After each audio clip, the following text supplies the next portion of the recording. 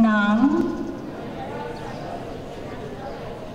at mga dekretong pinaiiral, sadyang itinakdang may kapangyarihan ng Republika ng Pilipinas. Nakasulob og gown samtang barong Tagalog sa mga lalaki ang attire sa mga bag-ong General Santos City Junior Officials 2015. Kini atol sa ilahang pagpanumpa sa katungdanan at tubangan sa mga empleyado sa lokal nga panggamhanan sa Jensen. Gipangunahan usab ni Vice Mayor Shirley Nograles ang ilahang oath-taking. Ang Junior Vice Mayor nga si Virgil Raquedan, sinugdanan pa lamang, busy mayor na gayud ang gusto.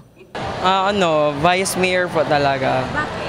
Kasi I idolize very much Honorable Shirley Banyas Nograles. Well, I'm happy to know that. I'm humbled to know that. Well, I'm looking forward as well because is it Virgil, right? Virgil, no? Yes, Virgil. Yeah, I think during their program last time, he was the one who introduced me. Samtang ang Junior Mayor nga si Lucille Margaret Lumakin ang andam na kuno sa iyang mamahimong posisyon.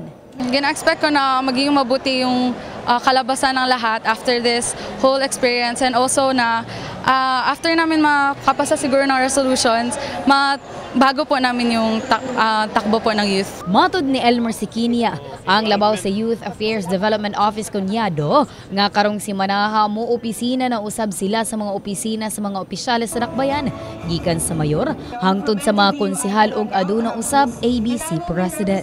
Actually, this week na gyud ang ilang actual immersion sa city government nga undertakings nila.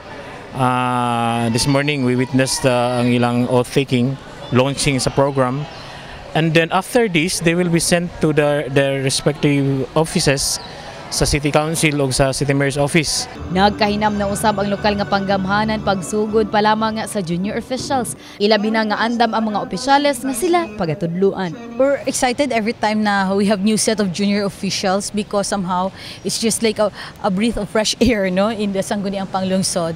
And you know, it's also a joy, no, to share to impart to them in a way our experience, our knowledge, no, in our years, no, experience manamon direits. Ugmang adlaw, atol sa sesyon sa Sangguniang Panglungsod, mulingkod kuno ang mga junior officials, tapad lamang sa ilahang ginarepresentang mga opisyal. Abby Lorenzo, Brigada News.